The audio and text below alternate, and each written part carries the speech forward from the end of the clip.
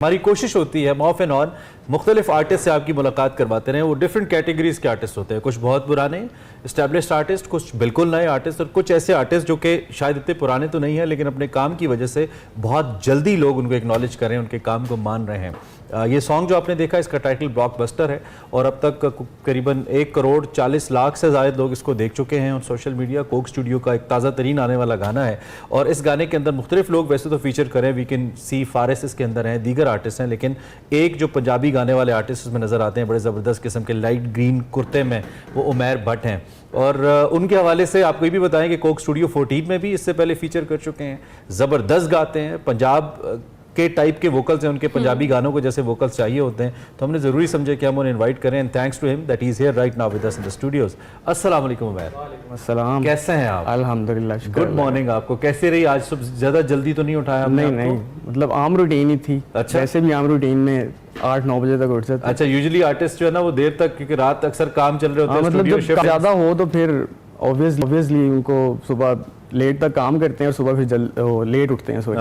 तो वो इस वजह से होता है। हाउ यू, कैसा चल रहा है? जिंदगी कैसी चल रही है? बस खास तौर पे ब्लॉकबस्टर के बाद जिंदगी कैसी चल रही है? अब ज़्यादा मज़े में चल रही है। अच्छा, मज़ा आ रहा है? देख रहे हैं लोगों का प्यार मिल रहा है और इतना प्यार मिल रहा है कि कभी सोचा नहीं था इस तरह से। गाना तो आपने कोक स्टूडियो में पहले भी किया है बिल्कुल? जी जी, सीजन 14 में। जी जी, लेकिन ये उससे ज्यादा ये हिट हो गया काफी। इसकी गेम ज्यादा अच्छी है। बिल्कुल ऐसे। फर्क क्या है दोनों में? फ़र्क ये है कि सीज़न 14 के अंदर हमारा एक पार्ट था और उस तरह से प्रेजेंटेशन नहीं थी हमारी, दिख रहे थे लेकिन उस तरह से उस चीज़ को कैच नहीं कर सकते, प्रोजेक्शन नहीं मिली। ठीक है। तो ये ब्लॉकबस्टर जो ट्रैक है, ये इसकी वाइब इस तरह की है कि लोगों ने बहुत जल्दी इसको कैच कर लिया और बहुत ट्रेंड पे चल रहा है गाना और तो बड़ा अच्छा फीडबैक आ रहा है लोगों का। कैसा लगा ब्लॉकबस्टर का इतना सुपर डुपर हिट होना? सोचा था कि इतना हिट जाएगा? बिल्कुल सोचा तो था। जब काम कर रहे थे, सेट पे थे, सारी चीज़ें हो रही थी, तो सब लोग बड़ा अप्रिशिएट सेट पे भी कर रहे थे कि यार इंशाल्लाह ये हिट है गाना। थोड़ा टाइम लगा लेकिन गाना अल्हम्दुलिल्लाह। ऑडियो के बाद समझ आ गई थी कि अच्छी चीज़ बन गई है, नहीं तो वीडियो बनी। बिल्कुल, उसके बाद देखिए एक प्रोसीजर होता है गाने का। जब आप गाना बना रहे होते हैं, आपकी वाइब एक मैच करती है गाने के साथ, तो आपको पता चल जाता है कि यार ये चीज़ है। ओके। तो वो एक फील थी, क्योंकि जाहिर बात है एक म्यूजिशियन एक अच्छा, उसके लिए एक अच्छा लिस्नर होना जरूरी है। बिल्कुल ऐसे। तो आपको समझ आ रही होती है कि बिल्कुल ऐसे। जब गाना आपसे डिस्कस हुआ, हाउ वाज द जर्नी? हमें थोड़ा में बताएं, कैसे कॉल आई, मैसेज आया, कैसे हुआ ये ब्लॉकबस्टर? मैं सो रहा था कि 1-2 बजे का टाइम था, मेरी वैसे ही आंख खुली, मैंने रैंडमली मोबाइल चेक किया तो जुल्फी भाई का मुझे मैसेज आया था। ओके। तो जुल्फी भाई ने मुझे कहा कि यार मेरे दिमाग में ना एक बड़ी ज़बरदस्त सेलिब्रेशन आती है, हम दुनिया को बताना चाहते हैं कि यार हमारे लोग कितने ब्लॉकबस्टर हैं, ठीक है, हमारे जो कल्चर हैं जो लोगों को नहीं पता, दुनिया को नहीं पता, वो खुद में एक ब्लॉकबस्टर है, ठीक है। तो मुझे जुल्फी भाई ने एक बीट भेजी, मुझे जुल्फी भाई ने कहा कि यार इसके ऊपर एक गाना बनाना है।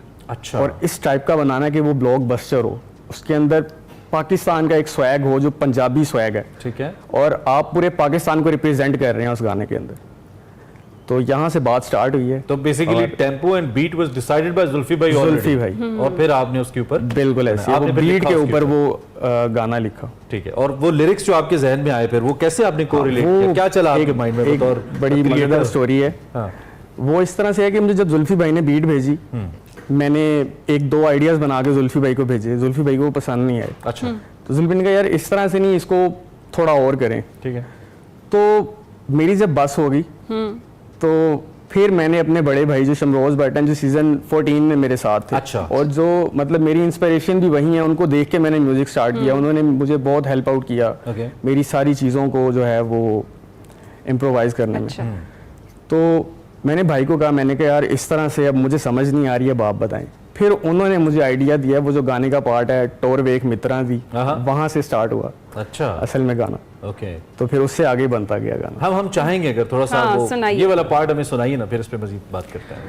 हो टोर वेख मित्रा दी, हो कख भी कोई फिक्रा नहीं, ओ बल्ले बल्ले शाह वे ना वर्ल्ड वाइड चलदा है साडा वे, ओ कुड़ता प्यारा वे, ओ जचदा बाड़ा वे, और बीट हिट कर गई है अज गिद्धे विच सब नूं नचाना वे, सानू लोकी कहंदे सुप कूल, साडा वखरा मिजाज नाले वखरे असूल, ਉਹ ਦਿਲਾਂ ਉੱਤੇ ਕਰਦੇ ਆ ਰੂਲ ਰੱਬ ਦੀ ਆ ਮਿਹਰ ਕਦੀ ਕੀਤਾ ਨਹੀਂ ਗਰੂਰ ਉਹ ਹਰ ਵਾਰੀ ਕਰਦੇ ਆ ਟ੍ਰੈਂਡ ਸੈੱਟ ਨਾਲ ਦੇਖ ਖੜਾ ਸੱਚੇ ਬੇਲੀਆਂ ਦਾ ਕਰੂ अरे क्या बात है यू नो वो प्रॉपर पंजाबी वाइब है इस गाने के अंदर जो हम सोचते हैं और देखते हैं सो अब यूजुअली आपका मिजाज ऐसे ही म्यूजिक की तरफ है या मिजाज अलग है लेकिन ये आपने किया फरमाइश पे किया जुल्फी भाई की एक होता है ना आर्टिस्ट का एक अपना मूड होता है कि मैं इस तरह का म्यूजिक करता हूँ लेकिन कमर्शियली भी कर लेता हूँ मेरा शुरू से इसी तरह का मूड था मैंने असल में मेरा जो डेब्यू है ना म्यूजिक की जो करियर मेरा स्टार्ट है वो हुआ ही सीजन 14 कोक स्टूडियो से ओके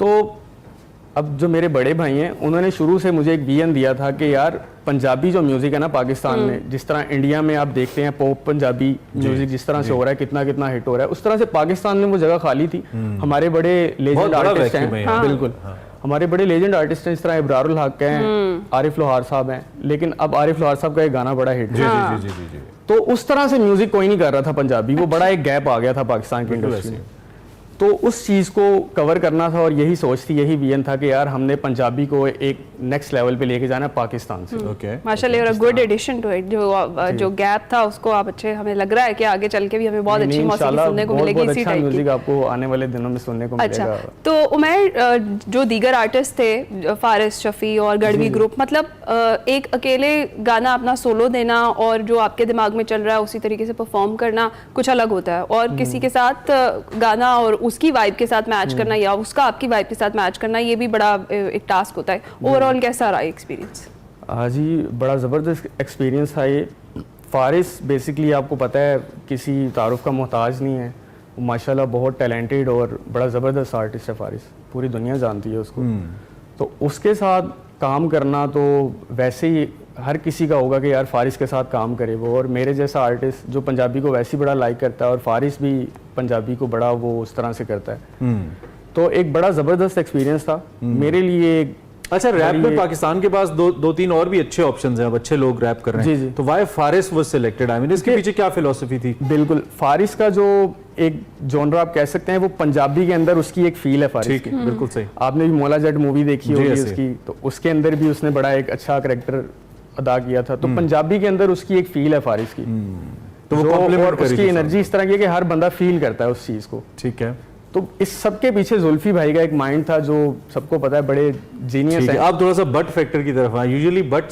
अब सिंगर्स नहीं होते बहुत कम होते हैं बड़ा रेयर मिलता है हमें किसी नाम के साथ बट और वो सिंगर भी और वो इतने अच्छे सिंगर भी हो तो आप लोग तो उम्मीद तौर पे खाने पीने कुश्तियां वगैरह फाइटिंग यू नो इस तरह की चीजों के लिए बट फैमिली मशहूर होती है तो आप सिंगिंग में कैसे आए खाना पीना तो वैसे बहुत ज्यादा था मेरा अब कम करती है अब करना पड़ेगा बिल्कुल इसी तरह तो मेरी फैमिली में वैसे कोई भी नहीं है ये एक गॉड गिफ्टेड मुझे आवाज़ मिली है ठीक है अल्लाह की तरफ से और मैं स्कूल में और मतलब स्कूल में इवेंट्स वगैरह होते थे नातिया मुकाबले होते थे नेशनल सॉन्ग्स के होते थे मुकाबले तो उनके अंदर मैं परफॉर्म करता था उधर जाके एक शौक था मुझे तो वहाँ से फिर आहिस्ता आहिस्ता मुझे पता चला कि हाँ यार मैं कर सकता हूँ ये चीज़ें मैंने जब ब्लॉकबस्टर हुआ तो आपका सवाल है तो प्लीज मैं कह रहा हूँ जब ब्लॉकबस्टर हुआ तो फिर यू नो मैसेजेस आए लोगों ने कहा कि बट साहब छा गए आपको जैसा क्या दुनिया बदली तो पूरी दुनिया से मैसेजेस आ रहे हैं मुझे पता नहीं है कहाँ से मैसेजेस आ रहे हैं ब्लॉकबस्टर के ऊपर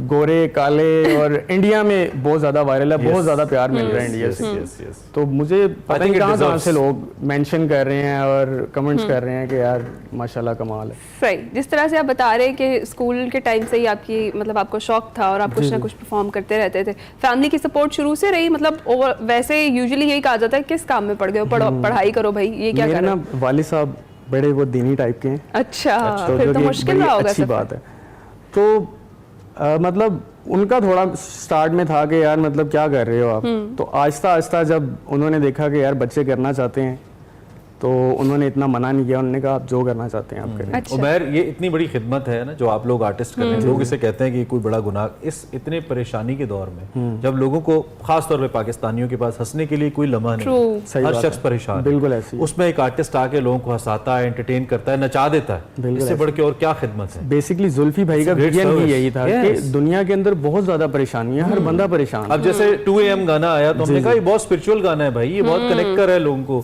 धोखा पासे और और वो हमारे साथ स्टार शाह भी आए। तो I think it's a service जो लोगों को आप दे रहे हैं खुश करने के लिए, जिसमें कोई वल्गैरिटी नहीं है, कल्चर है, तो इसमें कोई हार्म नहीं है, इसको ऑन करना चाहिए मुकम्मल तौर पे।